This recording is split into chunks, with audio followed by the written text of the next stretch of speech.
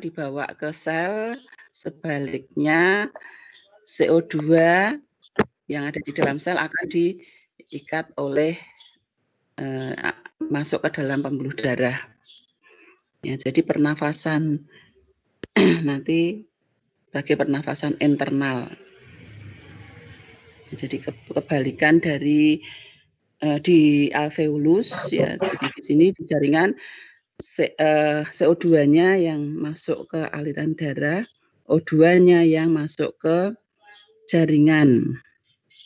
Ini juga nanti ada beberapa proses reaksi pelepasan, ya, pelepasan O2, ya, dan juga bagaimana pengikatan CO2 ke darah.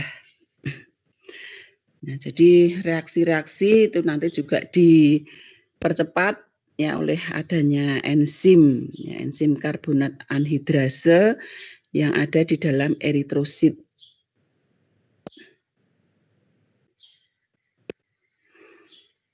Nah, ini bisa dilihat gambar yang kiri dan kanan. Ini yang A itu adalah proses pertukaran oksigen dari alveolus, ya, dan CO2 dari darah ke alveolus. Kalau oksigen dari alveolus ke darah, sedangkan di sebelah kanan yang B itu yang ada di jaringan, ya, perbedaannya seperti itu. Jadi ini terjadi pengikatan dan pelepasan gas-gas tersebut di dalam intinya pelepasan dan pengikatan itu ada di pembuluh darah, ya. Jadi pembuluh darah yang ada di dekat alveolus maupun pembuluh darah yang ada di dekat jaringan perifer.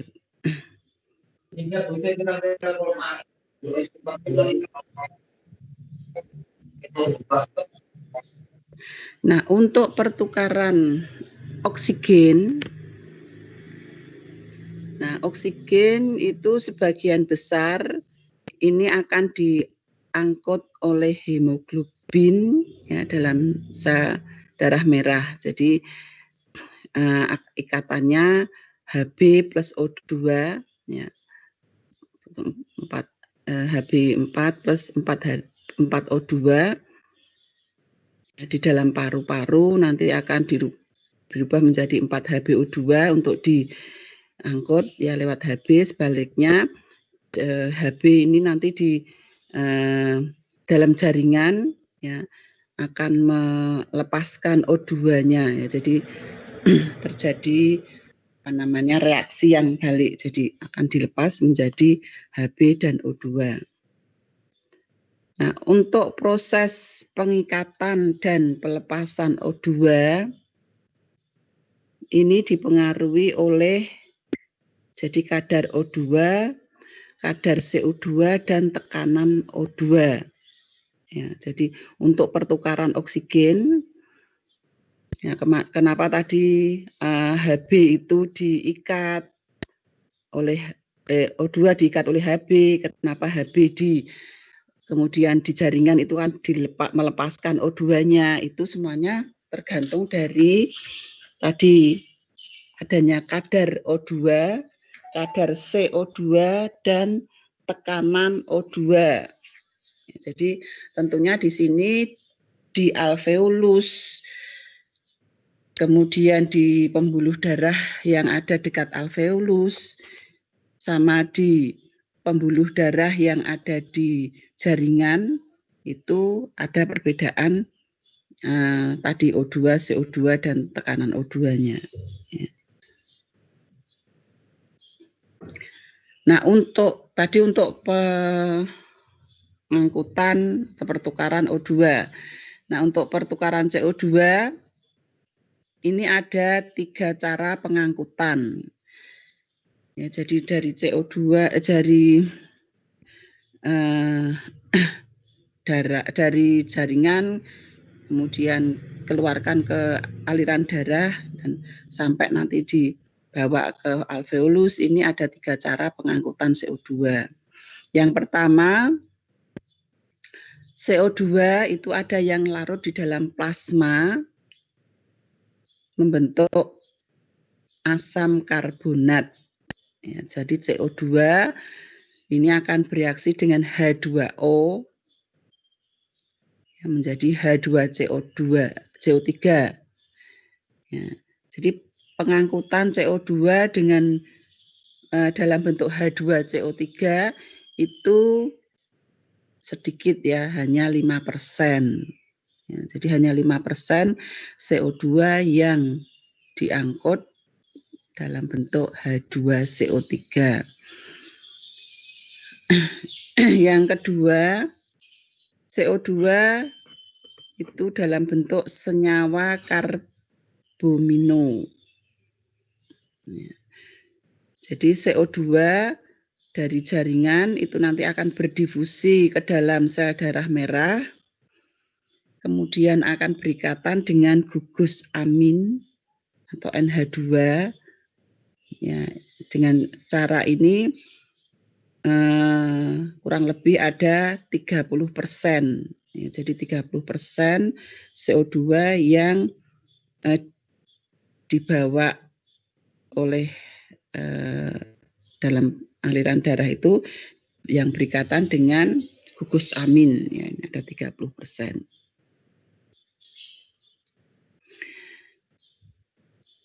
Yang ketiga, dalam bentuk ion HCO3. Nah, dalam proses ya ini ada beberapa reaksi ya, termasuk nanti ada untuk keluar masuknya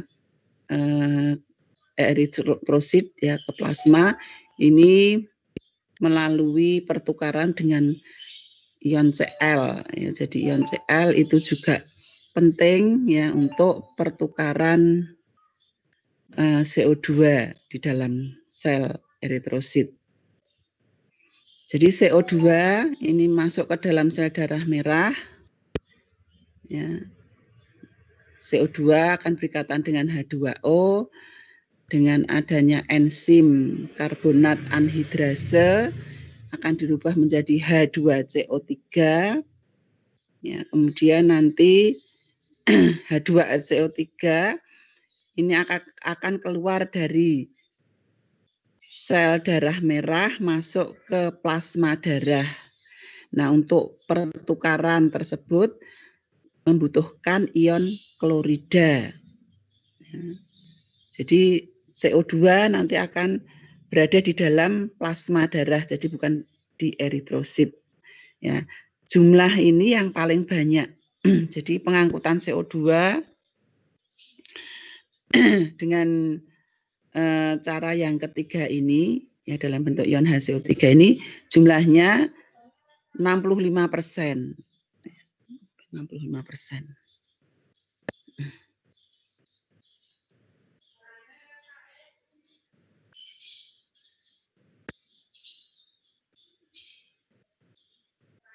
Ya, jadi di dalam pernafasan ya pernafasan kedua ini adalah pernafasan internal, jadi berbeda tadi dengan pernafasan eksternal. Jadi proses terjadinya pertukaran gas pada pernafasan internal ini berlangsung di dalam jaringan tubuh. Ya, jadi disebut dengan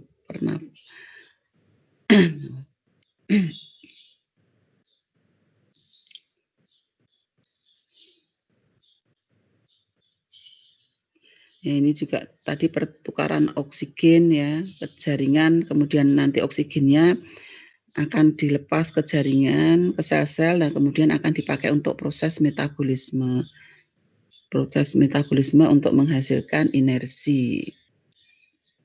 Nah, proses masuknya oksigen, ya ini ke dalam cairan jaringan tubuh itu juga terjadi karena proses difusi. Ya, jadi proses difusi itu adalah perpindahan ya, oksigen ini yang terjadi karena adanya perbedaan tekanan.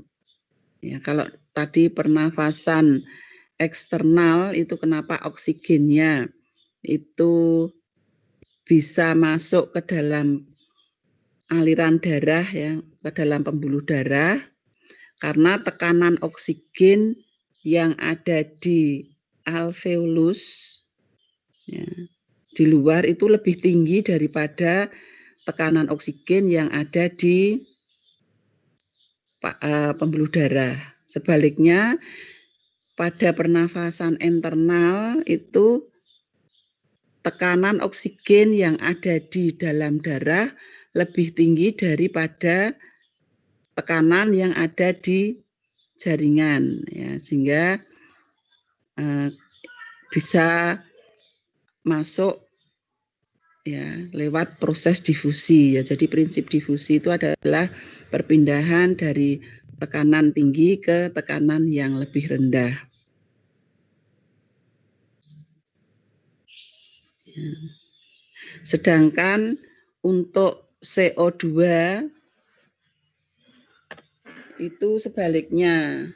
Ya, jadi tekanan CO2 ya, kenapa CO2 itu bisa keluar dari jaringan masuk ke dalam pembuluh darah karena tekanan CO2 di dalam jaringan lebih tinggi daripada tekanan di pembuluh darah ya, sehingga bisa keluar lewat difusi ya. Kemudian setelah difusi ke pembuluh darah, maka yang tadi dengan dibawa oleh aliran darah ya dengan tadi mekanisme tiga macam tadi ya. Jadi yang ada yang terikat oleh eritrosit, ada yang terikat oleh H2CO3 ya.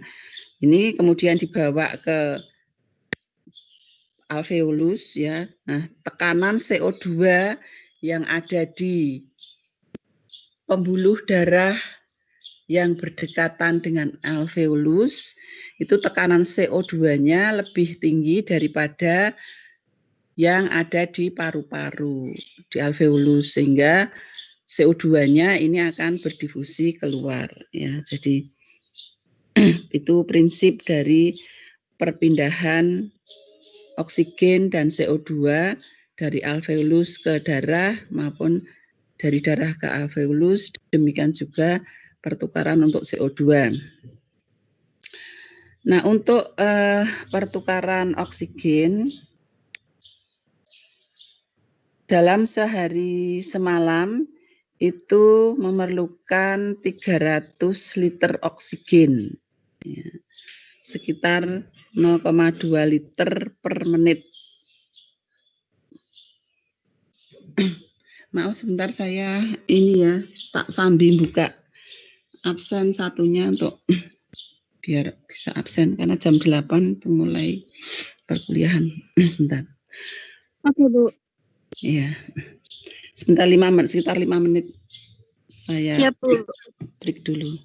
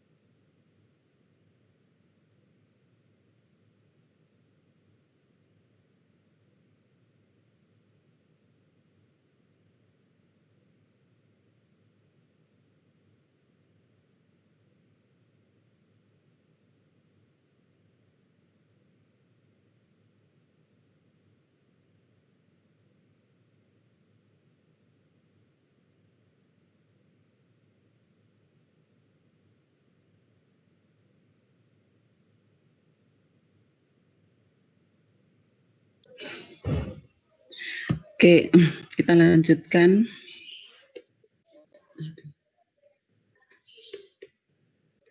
Ya, Bu.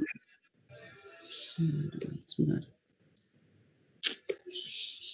Ini yang buat jadwal itu ya membingungkan. Oke. Jadi sehari semalam kita memerlukan oksigen itu 300 liter atau sekitar 1/4 liter per menit. Ya, plasma darah itu melarutkan oksigen 2-3% ya yang diangkut Hb. Nah, aliran oksigen dari paru-paru sampai ke sel tadi bisa bertukar karena ada perbedaan tekanan parsial oksigen. Nah, tekanan kenapa kok tadi itu dari untuk oksigen itu bisa difusi dari alveolus ke pembuluh darah atau ke bagian arteri ya. Ini karena tekanan oksigen yang ada di paru-paru itu 150 mm Hg. Sedangkan tekanan oksigen di pembuluh darah, ada arteri yang ada di alveolus, itu 100 ml Hg. Ya, sehingga adanya perbedaan tekanan ini, ya, karena oksigen memang di luar kan jumlahnya lebih banyak. Ya, sehingga di sini akan difusi. Sedangkan setelah dibawa oleh aliran darah, oksigen tadi yang ada di pembuluh darah yang dekat dengan jaringan, itu tekanan oksigen yang ada di jaringan itu 0, sampai 40 ml Hg. Jadi ya tergantung jumlah oksigen yang ada di dalam sel ya. Jadi dalam sel itu karena oksigennya sudah dipakai untuk metabolisme, ya bisa juga habis bisa juga dalam keadaan anaerob kan oksigen sudah banyak dipakai, jadi bisa 0 sampai ya 40. Sehingga oksigen itu dari arteri yang dekat dengan jaringan, ya dia akan masuk ke dalam atau difusi ke dalam jaringan, ke dalam sel ya. Nah, tadi sebaliknya untuk tekanan CO2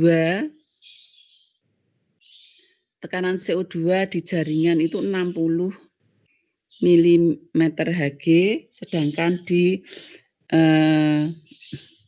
pembuluh darah vena itu 47. Jadi CO2 itu tentunya akan difusi keluar. Sedangkan untuk CO2 itu di dalam darah itu lebih tinggi daripada di alveolus ya. Jadi di alveolus itu 35 mm Hg, sedangkan di pembuluh darah itu kan ada 47 ya. Jadi di sini CO2 tentunya akan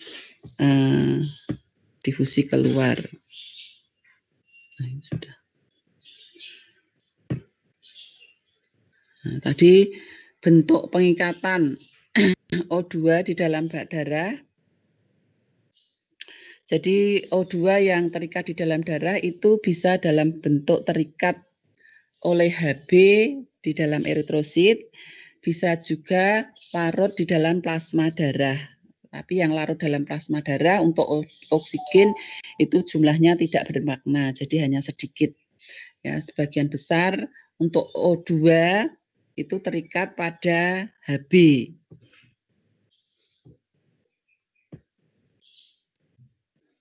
Ini juga untuk mengukur jumlah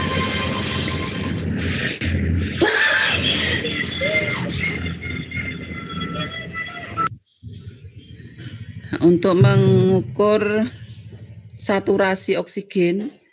Jadi saturasi itu persentase tempat pengikatan Hb yang diduduki oleh oksigen. Sebentar ya, ini saya kok datang sebentar.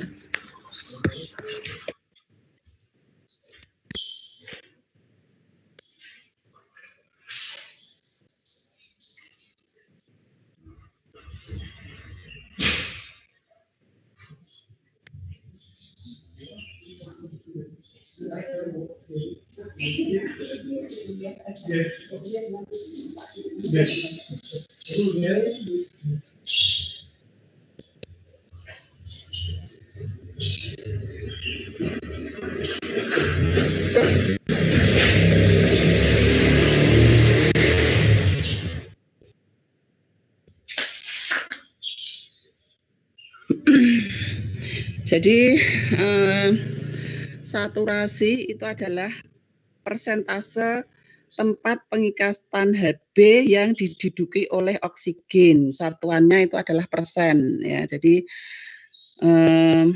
tentunya yang baik ya 100%. Ya 95 sampai 100% yaitu saturasi. Biasanya kalau mengukur saturasi oksigen itu bisa yang dijepit di tangan, di jari itu ya. Nanti bisa terlihat di situ berapa oksigen yang terikat oleh Hb. Jadi ini bisa menunjukkan banyaknya oksigen, nanti persentase oksigen yang dibawa oleh eritrosit.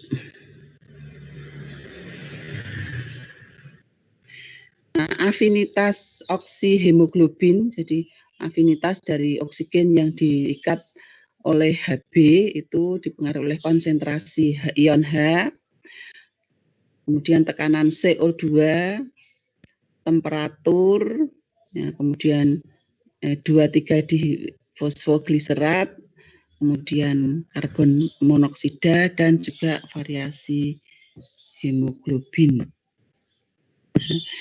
Nah, ini juga olahraga misalnya, ini juga akan meningkatkan temperatur tubuh ya.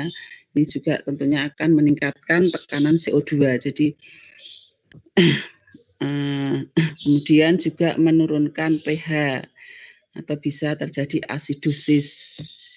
Ya. Jadi ini dalam kondisi aktivitas ya. Aktivitas itu bisa bermacam-macam, bisa yang olahraga itu bisa ada yang olahraga ringan, ada yang olahraga berat. Nah, ini juga akan berpengaruh terhadap temperatur tubuh, terhadap tekanan CO2 ya, terjadi dalam proses metabolisme juga menyebabkan terjadinya asidosis. Nah, ini juga kalau olahraga dalam keadaan yang sangat berat ya, itu apalagi kalau itu di dalam ruangan ya, itu juga akan mempercepat peningkatan temperatur ya, apalagi ruangan tertutup ya, itu juga sehingga banyak juga olahragawan yang di dalam ruangan itu pas olahraga tiba-tiba mendadak meninggal misalnya, itu bisa juga terjadi karena gangguan di dalam kaitannya dengan oksigen. Nah, untuk transportasi CO2, tadi CO2 ditransfer dalam darah berupa ion bikarbonat ya, yang terikat dengan karbamino, kemudian ini juga. Nah, ini pertukaran CO2 tadi yang berasal dari jaringan perifer, ya ini jaringan perifer, kemudian di sebelahnya adalah kapiler, ya pembuluh darah. Jadi pertukaran gas itu pada pembuluh darah itu hanya terjadi pada bagian kapiler. Ya, jadi kalau pembuluh darah yang tidak bukan kapiler itu hanya sebagai tempat transportasi.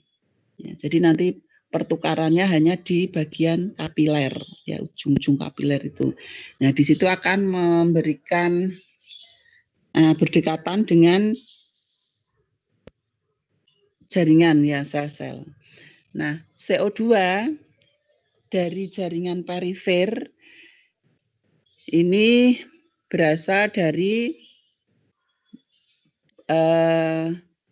sisa atau buangan ya dari proses respirasi. Jadi respirasi itu menghasilkan CO2 ya, CO2 tadi juga harus dikeluarkan, namun sebenarnya tidak semua CO2 itu harus dibuang ya.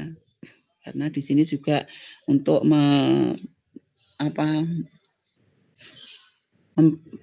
dipakai untuk mempertahankan atau keseimbangan keasaman darah. Ya, jadi dalam proses respirasi internal, sel itu membutuhkan oksigen untuk respirasi. Hasilnya adalah ya tentunya dengan nutrien yang ada, hasilnya adalah ATP dan buangannya adalah CO2. Nah, sekarang ini CO2 akan dikeluarkan, dibawa untuk diekspirasikan. Nah, CO2 itu tadi bisa keluar dari sel ke kapiler. Ini karena tadi adanya perbedaan tekanan ya. Jadi tekanan di dalam jaringan perifer itu lebih tinggi daripada tekanan CO2 di dalam kapiler darah. Nah, CO2 ini sebagian ada yang terlarut ya di dalam plasma, yaitu nanti akan tetap di dalam plasma sekitar 7%. Kemudian CO2 ini ada yang masuk ke dalam eritrosit. Ya, di dalam eritrosit tadi CO2 ada yang terikat oleh Hb menjadi Hb CO2. Ya, ya, ikatan Hb itu ada 23%. Nah, sebagian besar CO2 ini oleh enzim karbonik anhidrase ya, dengan bereaksi dengan oksigen jadi CO2 plus H2O ya, ini oleh enzim karbonik anhidrase dirubah menjadi H2CO3. Ya, kemudian melalui suatu reaksi ya berantai di sini H2CO3 akan berdisosiasi menjadi H+ dan HCO3- ya. Ya, H+-nya itu nanti akan terikat oleh Hb. Jadi menjadi Hb ya tanda petik dia yang mengikat H, HbH. Sedangkan HCO3-nya itu tadi dengan adanya ion klorida, jadi ini akan bertukar dengan ion klorida. HCO3-nya akan keluar masuk ke dalam plasma ya dengan tadi bantuan Cl, jadi Cl yang ada di plasma ini akan masuk ke dalam eritrosit. Ya, jadi di dalam kapiler darah ya ini Cl-nya ini akan masuk ke dalam eritrosit, sedangkan HCO3-nya akan masuk ke dalam plasma. Ya, ini yang jadi CO2 yang terikat dalam bentuk HCO3 plasma itu jumlahnya yang paling banyak. Ya, ini nanti habis ini akan terus dibawa lewat aliran darah menuju ke paru-paru.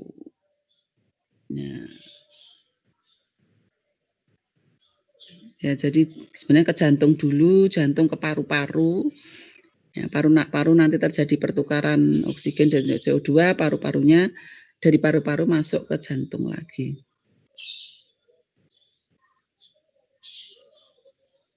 Ya, jadi tadi ini reaksinya CO2 plus H2O oleh enzim karbonik anhidrase menjadi H2CO3, kemudian akan berdisosiasi ya HH plus HCO3. Hanya ini nanti akan berikatan dengan Hb, HCO3-nya akan bertukar dengan ion klorida.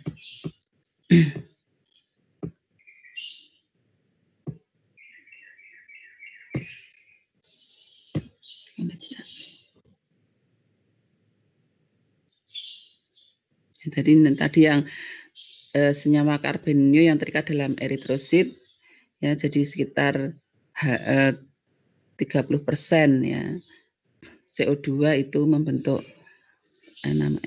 berikatan dengan Hb atau membentuk karbaminohemoglobin.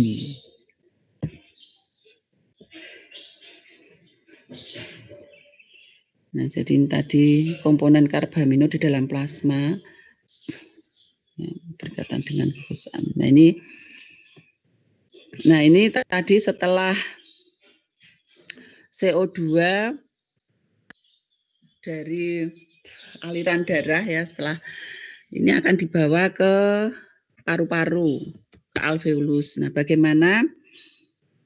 Oh, ini dan karbon. Ya, jadi ini pertukaran CO2 dan H2O di paru-paru ya. Jadi di darah, plasma darah dengan di alveolus. Ya, jadi ini tadi kita ini yang CO2-nya dulu ya. Jadi CO2 tadi di dalam darah ya, itu ada yang terlarut ya di dalam plasma, ada yang terikat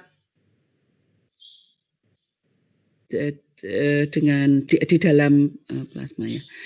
Nah, ada yang terikat pada eritrosit ya. Jadi tadi yang pertama mungkin dari atas saja ya. Jadi untuk alveolus ya, alveolus bagian basal alveolus itu difusi ya, mengalami fusi dengan pembuluh darah. Ya, sehingga di sini untuk CO2 yang larut dalam plasma, CO2 yang larut dalam plasma karena tadi tekanan CO2 di plasma itu di darah itu lebih tinggi daripada CO2 di paru-paru atau di alveolus, maka di sini langsung bisa terjadi proses difusi. Ya. Nah, tadi sebagian besar CO2 yang ada di dalam plasma itu yang terikat dalam bentuk HCO3 itu kan jumlahnya paling banyak ya. Nah, HCO3 di sini di dalam plasma di sini akan terurai ya. Jadi HCO3 plus H. Nah, ini sebagian besar HCO3 yang ada di plasma ini akan berkebalikan, jadi bertukar dengan Cl, ion Cl. Jadi Cl-nya itu keluar, HCO3-nya masuk. Ya.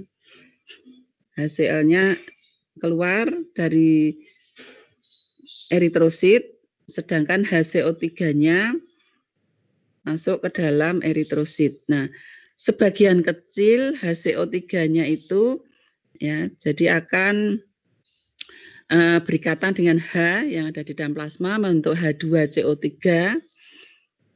Ya, jadi ini juga reaksinya lebih lambat menjadi H2O dan CO2. Ini jumlahnya memang sedikit ya yang keluar lewat sini sehingga CO2-nya itu akan difusi ke alveolus. Ya. Sebagian besar ini HCO3 masuk ke dalam eritrosit ya. Kemudian HCO3 ini akan berikatan dengan H+. Ya, H+ yang ada di eritrosit itu bisa berasal dari hasil reaksi antara HO2 dengan H yang terikat oleh Hb ya, menjadi HbO2 plus H. Nah, H-nya ini akan berikatan dengan HCO3 membentuk H2CO3. Nah, sehingga kalau tadi H2CO3 yang ada di dalam plasma itu terurainya menjadi CO2 dan H2O itu terjadi secara lambat. Nah, sedangkan penguraian H2CO3 menjadi CO2 dan H2O yang ada di eritrosit itu lebih cepat karena di dalam di dalam eritrosit itu terdapat enzim karbonik anhidrase. Ya, jadi kenapa kok tadi HCO3 di dalam plasma itu tidak langsung aja menjadi H2O CO2, karena kalau di dalam plasma itu tidak ada enzim yang mempercepat reaksi untuk pemecahan menjadi CO2 dan H2O, sehingga nanti akan berlangsung secara lambat, ya, sehingga supaya pengeluaran CO2-nya itu lebih cepat, maka tadi HCO3 itu harus masuk dulu, sebagian besar masuk dulu ke dalam eritrosit untuk diuraikan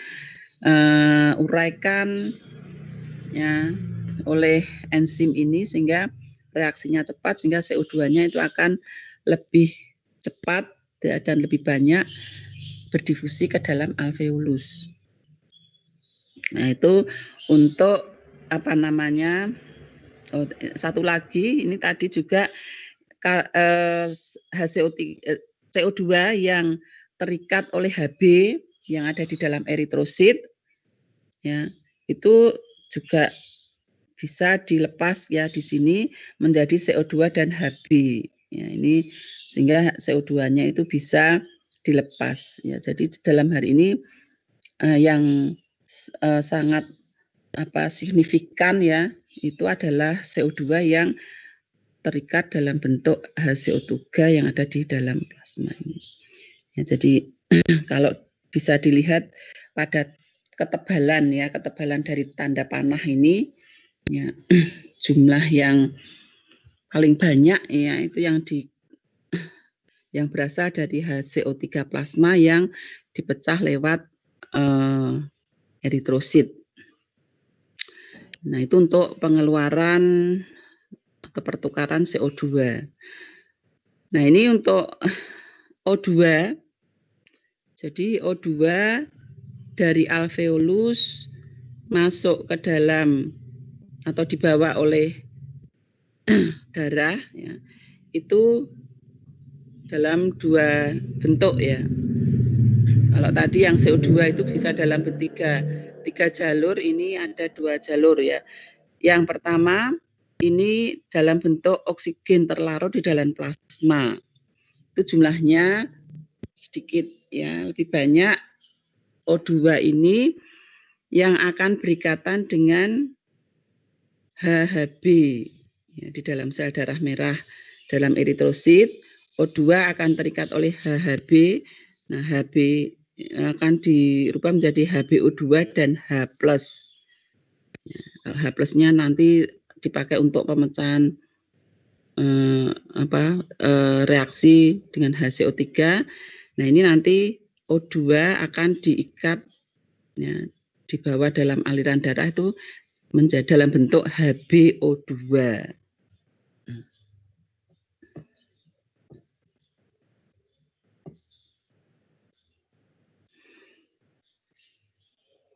Nah, ini yang setelah setelah O2 ini dibawa lewat aliran darah menuju ke kapiler.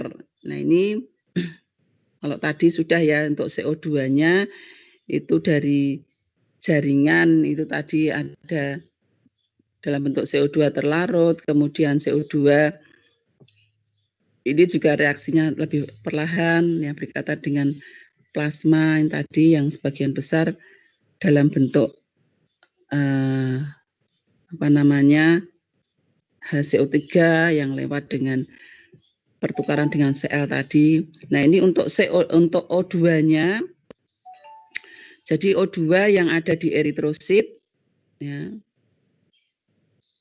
ini nanti sampai pada ujung kapiler, H2 tadi dibawa dalam bentuk HbO2, ini akan dipecah menjadi O2 dan Hb ya, jadi Hb-nya akan dilepas dengan O2. Nah, ini langsung O2-nya ini akan masuk ke dalam sel-sel jaringan ya. Ada jaringan perifer.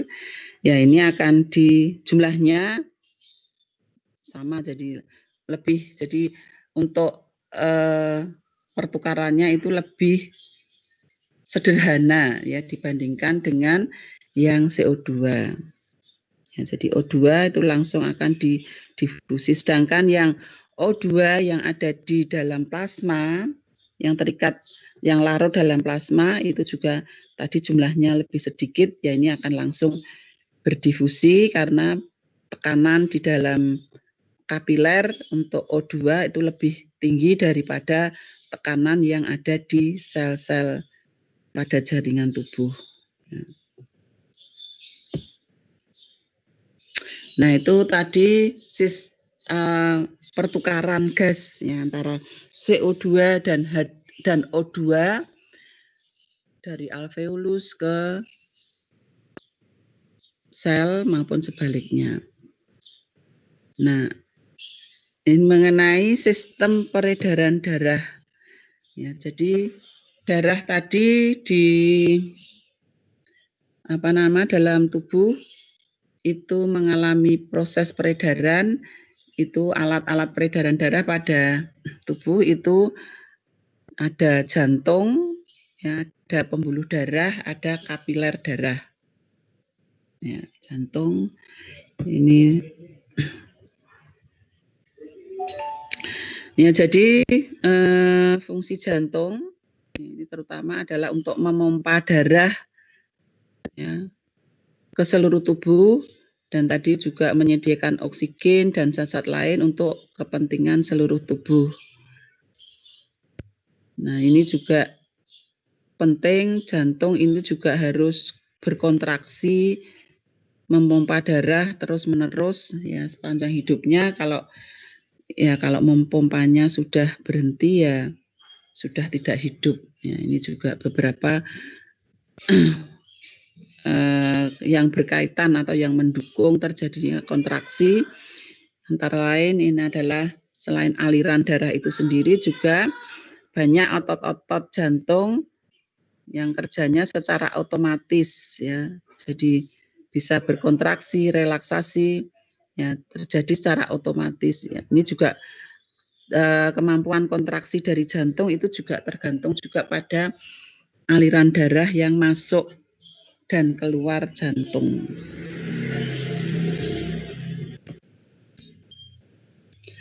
Ya, mungkin masih ingat ya semua bahwa jantung itu ada bagian kanan dan kiri, ya, masing-masing ada bagian atrium dan ventrikel. Jadi jantung yang sebelah kanan ini berhubungan dengan fungsi pertukaran oksigen dan CO2 di paru-paru. Ya, jadi jantung yang sebelah kanan ini yang memompa darah ke paru-paru. Sedangkan yang jantung yang sebelah kiri itu yang berfungsi dengan kaitannya dengan aliran darah ke seluruh tubuh. Ya, jadi yang sebelah kiri ini yang ada bagian jantung yang memompa darah ke seluruh tubuh. Ya, jadi dari tubuh masuk ke jantung, kemudian dari jantung ke paru-paru, ya itu lebih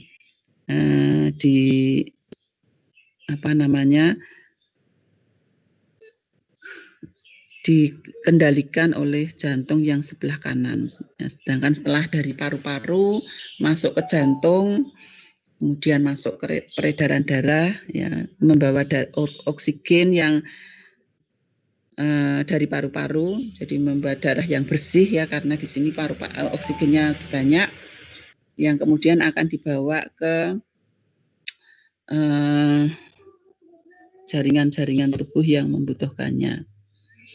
Nah, struktur jantung ya mungkin juga masih ingat dilapisi oleh perikardium ya. Kemudian ini juga dinding jantung ada 3 lapisan, ada epikardium, miokardium, dan endokardium. Kemudian tadi ada 4 ruangan dan di situ ada katup-katup jantung yang membatasi antar setiap ruang ya. Jadi ini juga sangat penting kaitannya dengan pompa jantung. Jadi kalau katup jantungnya itu sudah lemah ya, sehingga nanti juga akan berpengaruh terhadap aliran darah. Jadi oksigen yang dibawa itu ke seluruh tubuh itu juga akan sangat berkurang.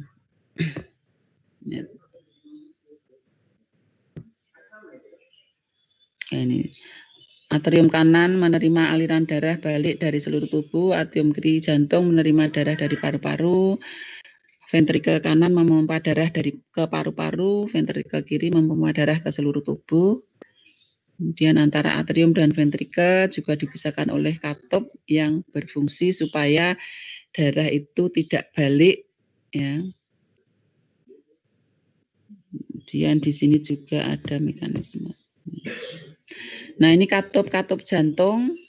Jadi ada 4 katup pada jantung. Ada katup tricuspidalis, ada katup semilunaris, ada katup bicuspidalis, ada katup semilunaris arterial aorta.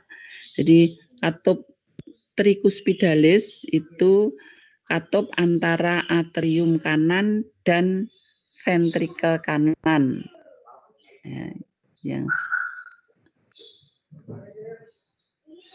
Jadi yang sebelah kanan, ya.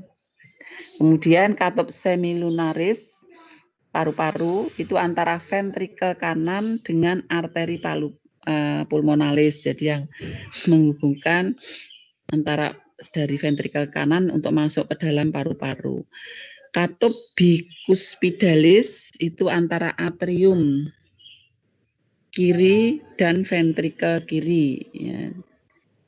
Kemudian katup semilunaris aorta ini antara ventrikel kiri dan aorta. Jadi dari ventrikel kiri untuk masuk ke pembuluh aorta yang akan kemudian diedarkan ke seluruh tubuh. Nah, ini untuk jantung dan katup-katup tadi. Ya, jadi ini darah dari seluruh tubuh, ya. Ini akan masuk ke atrium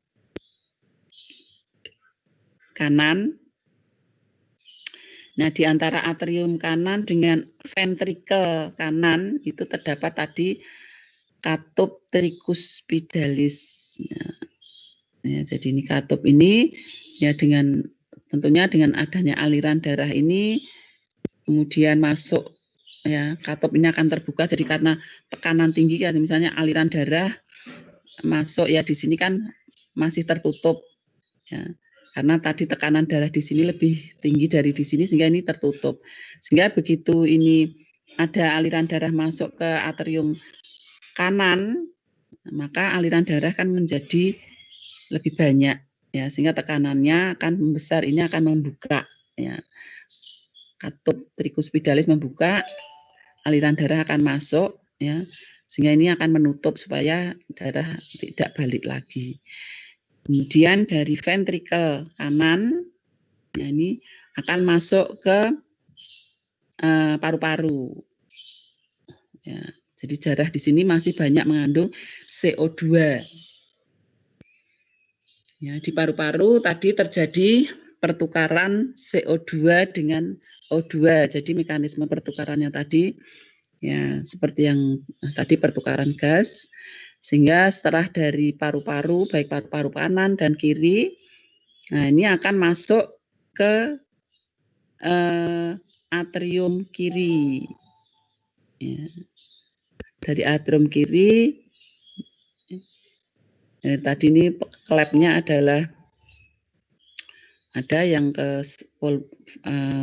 pulmonaris, ya, jadi pulmonary valve ini katup yang ke paru-paru.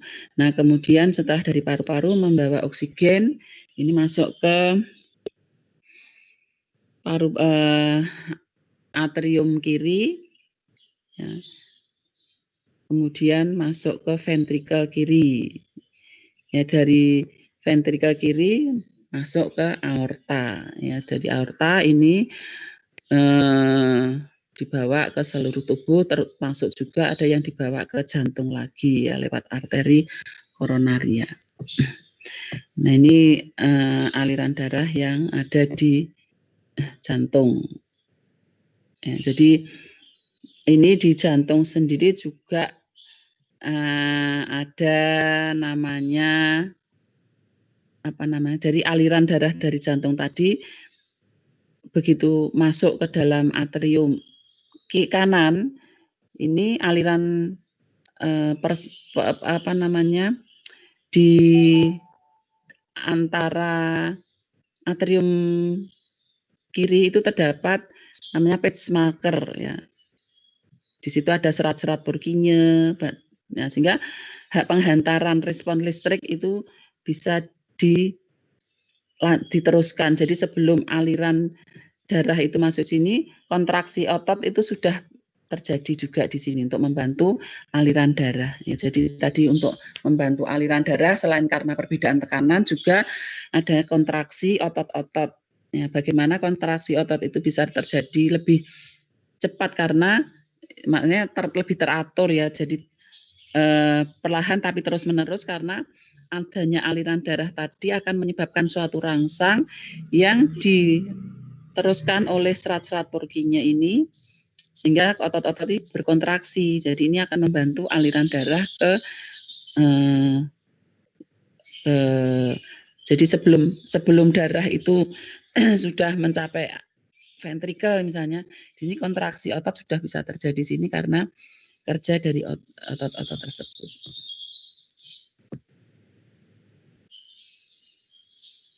Ini untuk letak jantung, tadi jantung terletak pada rongga dada, dilindungi oleh kerangka dada dan tulang dada, tulang iga. Ya. Jadi ini karena ini merupakan organ-organ vital, jadi memang harus dilindungi oleh beberapa struktur yang kuat ya seperti tulang-tulang iga. Ini juga jantung itu letaknya dekat dengan paru-paru tadi dan posisinya agak ke sebelah kiri ya. Jadi sehingga pada lobus paru-paru itu juga yang sebelah kiri itu jumlahnya lebih menjadi dua lobus ya. Yang kanan itu ada 3 lobus karena posisi dari jantung itu mendesak agak ke arah kiri. Ini tadi sudah.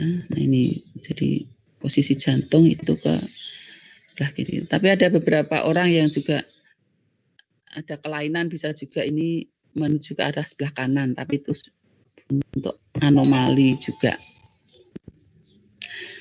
Nah ini untuk cara kerja jantung.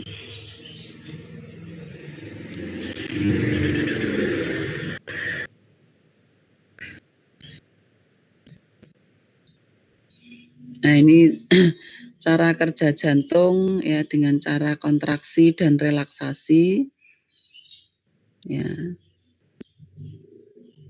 untuk memompa darah keluar dari ruang-ruang jantung dan sebagainya. Tadi pertukaran.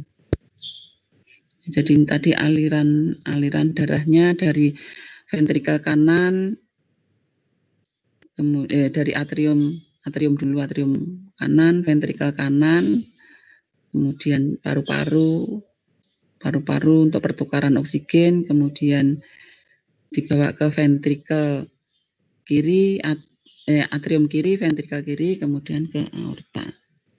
Nah, peredaran darah ini disebut dengan sirkulasi pulmoner yang dari ini. Kemudian setelah dari jantung tadi akan diedarkan ke seluruh tubuh ya sampailah pada pembuluh darah arteri dan vena. Ya, jadi kalau pembuluh darah yang besar itu hanya sebagai transportasi ya. Nah ini untuk pembuluh darah arteri, jadi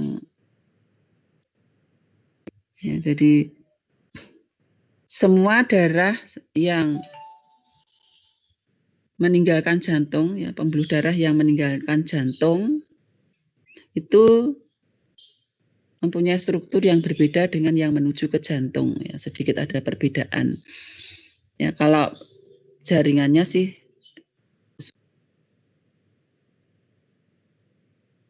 dari pembuluh darah arteri dan maupun vena. Jadi pembuluh darah arteri itu yang keluar dari jantung ya menuju ke seluruh tubuh. Ini strukturnya tersusun dari sebelah dalam ada endotelium, ada membran basal, ada jaringan elastris, ada jaringan otot polos, dan sebagainya. Nah, ini struktur dari arteri. Termasuk juga yang arteri yang paling dekat ke jantung ya arteri koronaria ya. Jadi karena dari jantung dia nanti keluar aorta, dia masuk lagi ke jantung. Nah, kemudian ada juga arteri yang ke hati, ke ginjal, ya, ke organ-organ usus dan sebagainya. Ini jadi strukturnya yang paling luar tersusun oleh sel-sel endotelium. Sel-sel endotelium pada pembuluh darah ini sangat tipis ya, jadi tipis sekali. Jadi bentuknya seperti squamous, gepeng. Dan dia akan melekat pada membran basal. Ya, karena semua jaringan termasuk epitel ya, jaringan epitel atau jaringan yang melapisi permukaan tubuh. Ya, jadi kalau pada pembuluh darah epitelnya namanya endotelium. Ya. Jadi ciri-ciri dari jaringan endotelium semuanya adalah melekat pada membran basal. Kemudian di bawahnya ada jaringan elastik, ya, jaringan elastis termasuk dalam ya, jaringan ikat, ya. Kemudian ada jaringan otot polos, ya. Kemudian ada jaringan elastis lagi, ya. Baru di sini jaringan ikat, jaringan adventisia.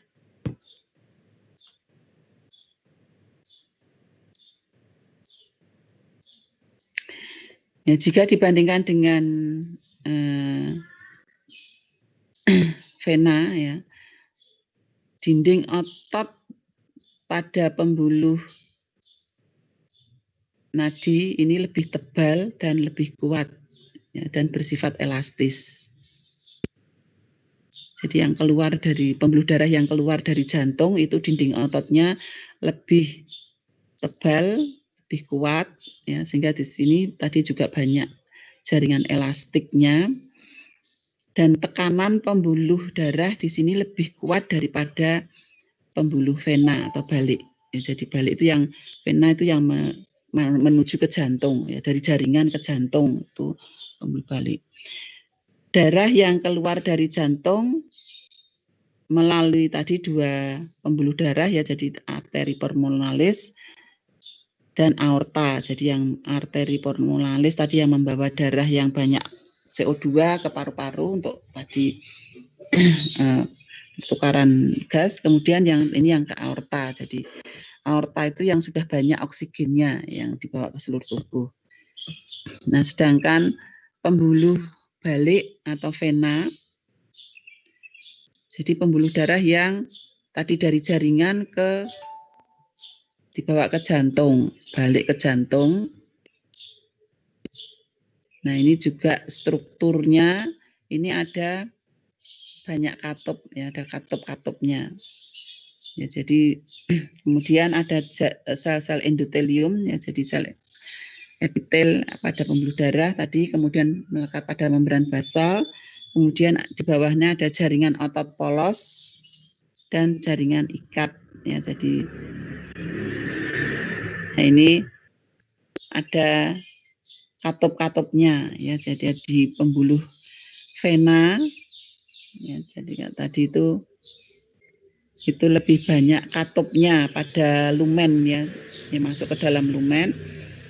Kemudian baru di sini adalah endoteliumnya. Ya, jadi ini supaya darah itu tidak kembali lagi, ya, jadi ini menuju ke paru, baik yang dari otak maupun dari jadi yang berasal dari jantung itu kan letaknya di tengah-tengah ada ke atas, ya. Jadi ada darah yang dari kepala menuju ke jantung, ada yang dari kaki, dari bagian tubuh yang bawah lagi lainnya menuju ke jantung.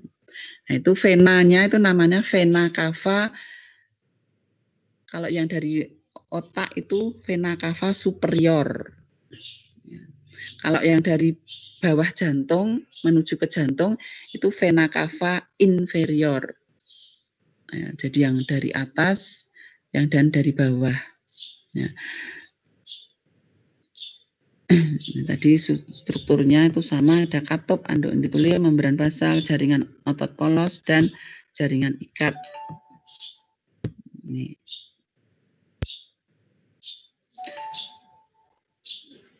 Jadi tadi di sepanjang pembuluh darah vena itu banyak terdapat katop-katop ya, sehingga menyebabkan darah itu bisa mengalir ke satu arah, jadi tidak balik.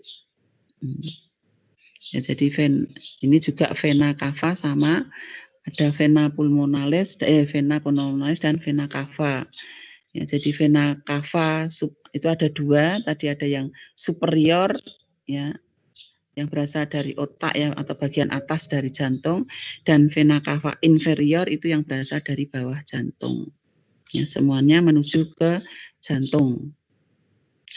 Nah, pada tekanan pada pembuluh vena ini tekanannya lebih lemah dibandingkan dengan pada pembuluh nadi ya, jadi yang tekanannya lebih kecil. Juga dinding pembuluh darahnya lebih tipis dan tidak elastis. Ya, jadi tadi kalau dinding pembuluh darah pada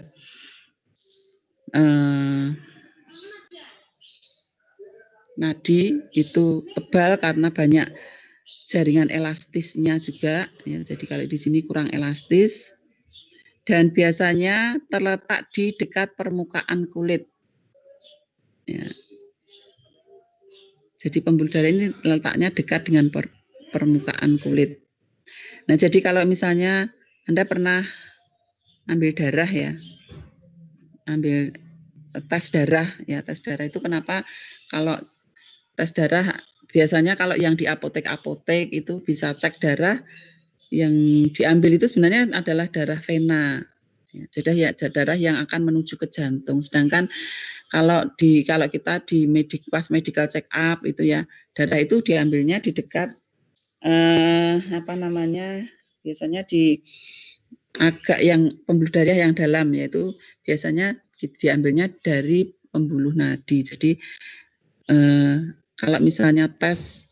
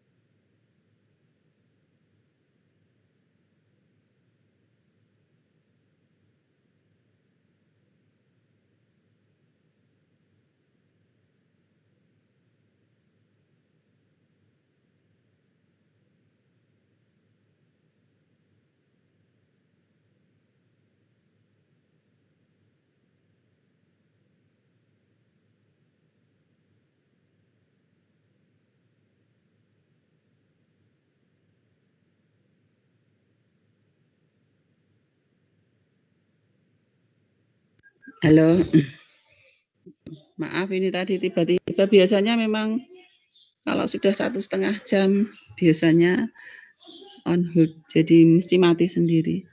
Harus ini dari ulang. Sudah masuk ya? Sudah masuk lagi ya suara saya? Masuk. Sudah ya. Loh, ini yang di-share juga hilang. Sebentar saya masukkan lagi.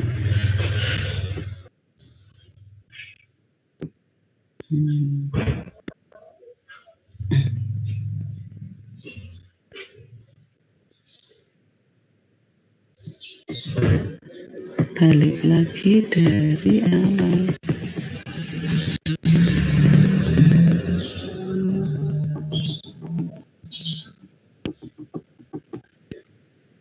Sudah keberapa tadi ya?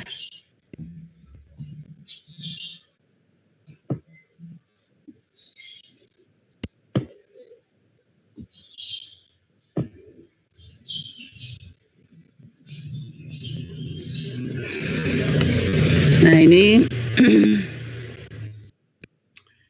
perbedaan antara arteri dengan vena ya. Jadi ini kalau dijajarkan ya, ini jadi endoteliumnya yang arteri tadi, ini otot polos, banyak jaringan ikat elastis di sini.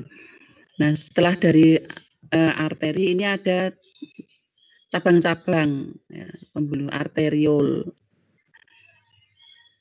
Ya, di sini nanti ada, jadi di pertukaran gas itu ke kapiler yang paling kecil ini nanti ya, pertukaran dengan jaringan. Nah, nanti setelah dari ini akan menjadikan hasil metabolismenya, oksigennya dipakai, CO2-nya dikeluarkan, itu nanti akan dibawa ke lewat venula ya. Jadi di dalam venula tadi kemudian ke vena ya, vena dibawa ke jantung ya. Jadi di sini banyak katup-katup ya tadi supaya darah yang mengalir itu satu arah, jadi tidak balik lagi ya. Ini perbedaan jaringan. Nah, ini perbedaan antara darah arteri dan darah vena.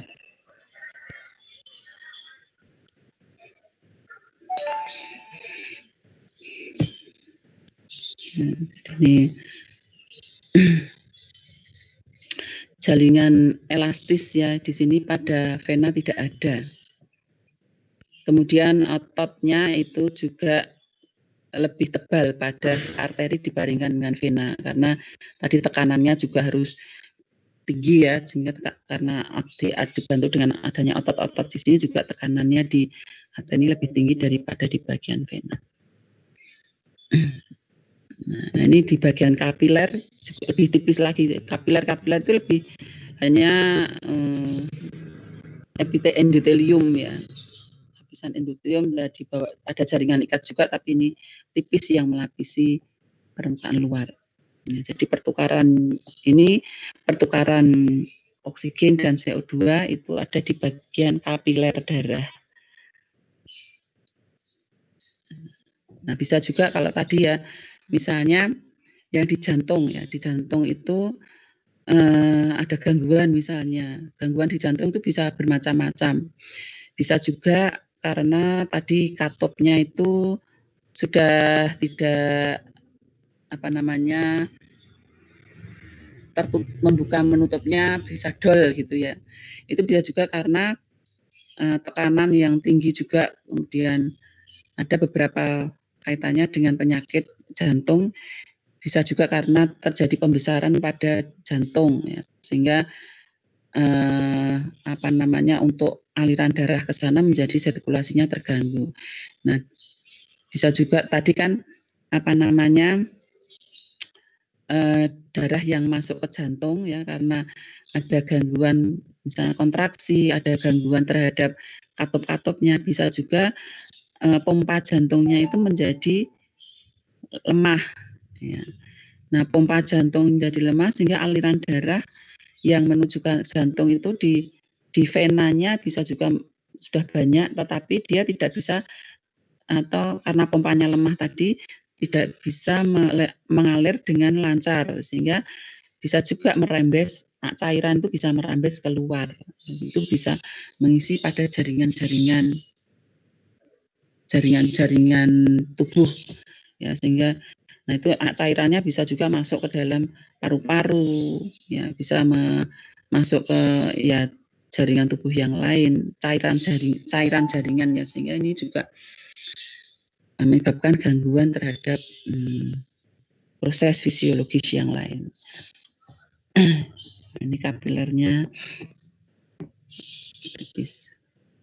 Tadi perbedaan arteri vena. Nah, ini perbedaan-perbedaannya tadi. Nah, kapiler, jadi kapiler darah itu adalah saluran darah yang terkecil. Ya, jadi arteriola dan venula. Arteriola itu yang dari arteri, venula itu yang menuju ke vena. Nah, jadi dindingnya hanya tadi satu sel endotelium. Ya, sehingga dengan kenapa harus satu lapis sel yang tipis sekali, jadi sel-selnya itu tipis sekali untuk memudahkan terjadinya proses difusi dengan cepat. Ya, jadi kalau lapisannya tebal, ya nanti proses difusinya akan terhambat. Ya, kenapa harus tipis, harus satu lapis sel, baik itu yang di jaringan maupun di alveolus. Ya. Nah, ini aliran darahnya tadi. Nah, ini lapisan kapiler, dinding kapiler pada sel-sel endotelium. Jadi seperti otot polos ini ya, bentuknya tipis. Dan di sini ada porus-porus, juga banyak porusnya. Hubungan antar sel-sel ini.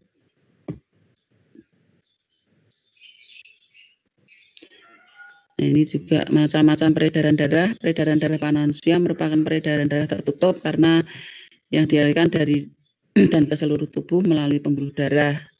Darah melewati jantung, sehingga disebut dengan peredaran darah ganda. Jadi tadi jantung itu dari vena ke jantung, jantung ke paru-paru, dari paru-paru kembali lagi ke jantung, ya, sehingga disebut darah ini. Dan peredaran darah sistemik, ya. Jadi peredaran darah sistemik itu peredaran darah yang mengalir ke seluruh tubuh, ya, yang kayakkan oksigen, ya, yang keluar dari jantung ke seluruh tubuh itu disebut dengan peredaran darah sistemik. Dan peredaran darah pulmonal tadi yang dari ventrikel kiri, dari ventrikel kanan ke paru-paru, ya, peredaran darah paru-paru ini. Jadi ada peredaran darah pulmonal dan peredaran darah sistemik. Ya.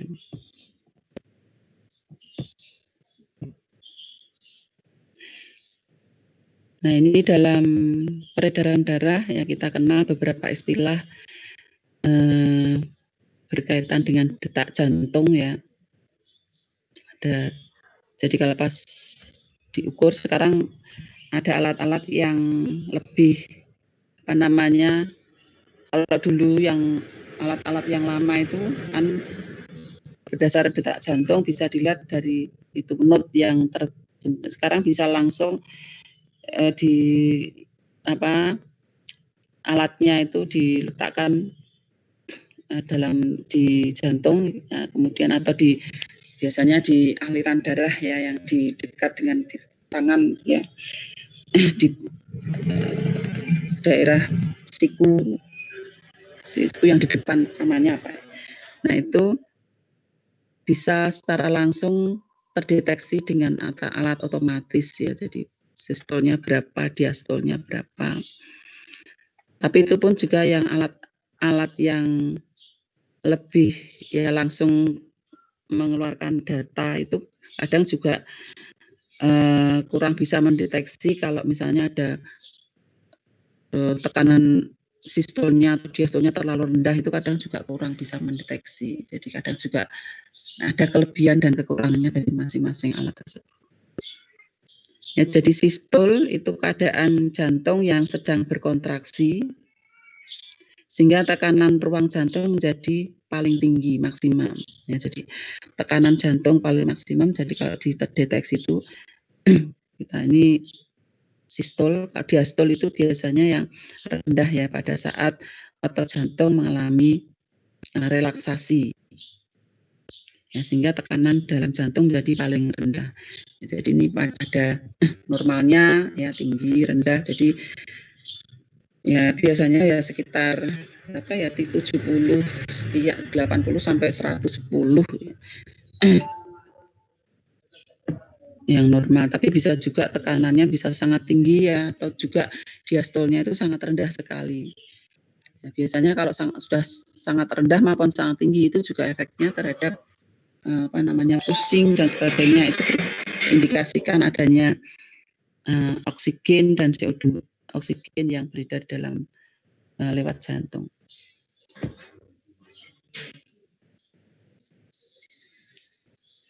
Nah, selain sistem peredaran darah, ya tadi mensuplai oksigen, juga CO2, juga ini juga ada sistem limfatik ya. Sistem limfatik ini yang fungsi mengeluarkan cairan interstisial. Ini juga fungsinya mentransport lemak dan juga untuk respon imun, tapi enggak begitu ini kita bicarakan sistem.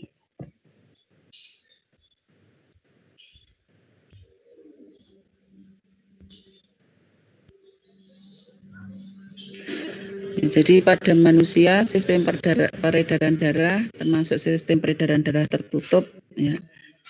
Nah ini dan sistem darah terbuka. Nah, kalau kita mau mengamati sel-sel darah ya, dan sel darah dan plasma darah. Jadi kalau darah itu kita ambil, nah, tanpa kita berikan macam heparin atau EDTA itu akan terpisah yang jadi sel-sel darahnya itu karena ukuran molekulnya lebih besar ya itu akan terendap dalam, sedangkan plasma darahnya itu akan terlihat warna kuning ya. Jadi ini juga bisa kita bantu dengan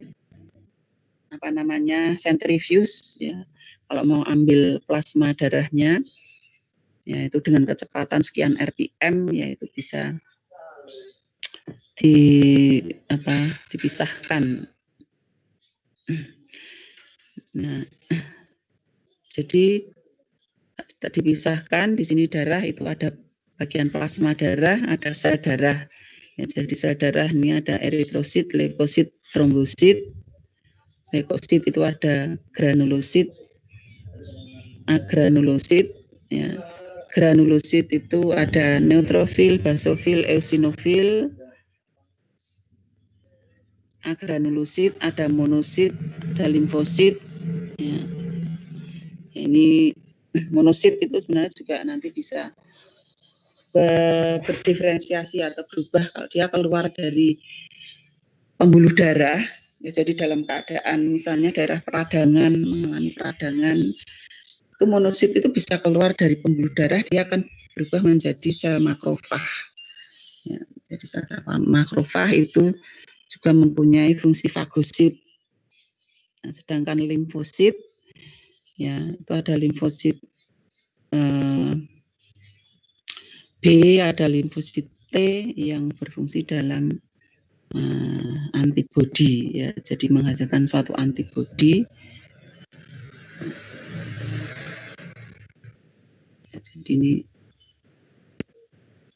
struktur eritrosit, ya. Jadi ini eritrosit strukturnya pada individu juga berbeda-beda. Pada mamalia itu eritrositnya bikonkav, intinya sudah tidak ada karena pada saat eritropoiesis, ya ini menjadi eritrosit yang matang itu intinya sudah mengalami rudimen, dia sudah hilang ya, sudah hilang. Sedangkan pada beberapa hewan yang lebih rendah itu masih terlihat inti ya, jadi intinya masih terlihat dan bentuknya bisa agak melonjong ya. Jadi eritrosit pada beberapa hewan, pada mamalia dan hewan-hewan kelas yang lebih rendah itu bentuknya beda ya. Jadi ada yang ini leukosit, ya leukosit, ada granulosit, ada yang agranulosit, ya. Terutama leukosit ini untuk memerangi ya pertahanan utama tubuh. Ya, biasanya dalam keadaan misalnya adanya infeksi atau apa ya gangguan antar peradangan, itu mekanisme pertahanan yang terjadi jadi sebagai indikator untuk menentukan kesehatan, untuk menentukan adanya peradangan itu bisa dilihat dari jumlah leukosit. Ya, jadi misalnya biasanya yang muncul pertama kali itu adalah neutrofil. Neutrofil itu akan muncul dalam beberapa saat. Kemudian eosinofil. Jadi kalau ada muncul eosinofil itu bisa diprediksi, oh ini sudah infeksinya sudah terjadi beberapa saat misalnya. Nah kalau adanya basofil itu juga biasanya muncul pada area yang sudah mengalami peradangan. Ya, jadi bisa sebagai indikator bahwa oh ini infeksinya sudah berlangsung berapa lama itu kalau atau misalnya kalau penyakit biasanya ada penyakit ganas dan sebagainya bisa juga ditemukan basofil dalam jumlah yang lebih banyak. Ini juga untuk leukosit yang lain seperti monosit, limfosit ya ini juga suka sebagai mekanisme pertahanan. Nah ini biasanya berkaitan dengan apa namanya daya tahan tubuh ya dalam menghasilkan suatu antibodi. Ya, jadi biasanya pada saat awal terinfeksi misalnya antibodi akan dibentuk ya, tapi biasanya akan tersimpan ya dalam, tapi dia mempunyai ciri-ciri, mempunyai sifat semacam memori. Ya, jadi nanti suatu saat ada infeksi yang sama itu maka sel-sel itu akan lebih cepat untuk berproliferasi ya, untuk menghasilkan antibodi. Ya. Nah, itu. Jadi sudah. Ini untuk transportasi ya berupa pertukaran gas maupun sistem peredaran darah. Ada yang mau didiskusikan lagi? Halo, ada yang mau ditanyakan? Halo, halo, halo. Kalau tidak ada yang mau ditanyakan atau nanti bisa ditanyakan lewat WA karena ini saya mau kuliah lagi yang kuliah ini ekofisiologi. Yang tadi seharusnya jam 8, ini saya undur jam 9.30. Masih ada waktu ya, masih ada waktu silakan ya. Kalau ya ada yang mau bertanya atau mau didiskusikan, silahkan masih ada waktu.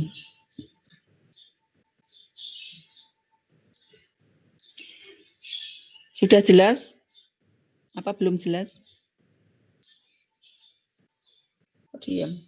Sudah jelas, Ibu. Sudah jelas ya? Jelas, Ibu. Sudah jelas ya. Oke. Ini nanti siang praktikum ya? Iya, Bu. Nah, ini koordinatornya siapa ya? Koordinatornya siapa? Koordinator asisten praktikumnya. Oh, berarti sebentar. Ini kan Bu. saya akan kebetulan hari ini mulai jaga. Nah, kebetulan juga nanti siang itu saya jamnya barengan dengan kuliah biofisika. Itu biasanya gimana? Saya buka jadwal, buka absen. Biasanya gimana? Halo, ini ketuanya siapa? Halo, untuk praktikum biasanya gimana? Halo, Ibu. Ya? Ya, Bu. Praktikum nanti biasanya absen dulu, kemudian pretest, Bu. Jam 2. Jadi saya buka ini absen. Iya, Bu. Oh, terus nanti asistennya yang ini ya? Karena pretestnya iya. Oh, karena saya di jam yang sama itu ada kuliah biofisika. Jadi seperti ini saya jam ini tadi saya kuliah fisiologi hewan jam 7:30. Tapi jam 8 saya harus kuliah ekofisiologi. Nah, sehingga yang ekofisiologi ini tadi kan saya undur jamnya. Nah, kalau praktikum kan enggak bisa mundur. Saya jam 1 itu ada kuliah biofisika, terus jam 1 berapa itu ya, itu saya praktikum. Jadi mungkin saya membuka praktikumnya nanti dilanjutkan asisten gitu ya. Iya, Ibu. Seperti itu, Bu. Nah, terima kasih. Ya. Ibu mau maaf, tadi beberapa teman-teman ada yang gagal absen, Ibu. Oh, iya, ya, sebentar. Saya kuliah. Gagal absen. Siapa ya? Kuliah daftar penuh. Sebentar. Kok harus mulai kelas lagi? Sebentar saya buka.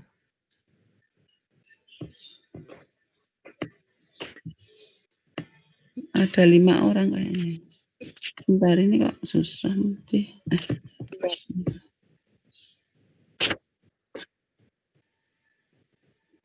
Sebentar agak lemot. Yang belum absen, sebentar. Ini, iya ini. Ini Rafi'i. Rafi'i Satria Utama. Iya, Ibu. Ya, oke. Terus ini kok agak lemot banget sih. Lagi. Ini terus siapa lagi? Rifa. Rifa itu ada enggak? Halo? Rifa. Rifa pindah, Ibu. Ibu, Oh, Rifanya pindah. Asti? Juga enggak ada ya? Asti, Rifa memang enggak ada. Kemudian ini Salsabila. Salsabila hadir, Bu. Salsabila hadir, oke. Sudah. Terus Mauris. Ya, hadir saya, Bu. Oh, Mauris. Ya, oke, Mauris. Ada lagi? Mauris.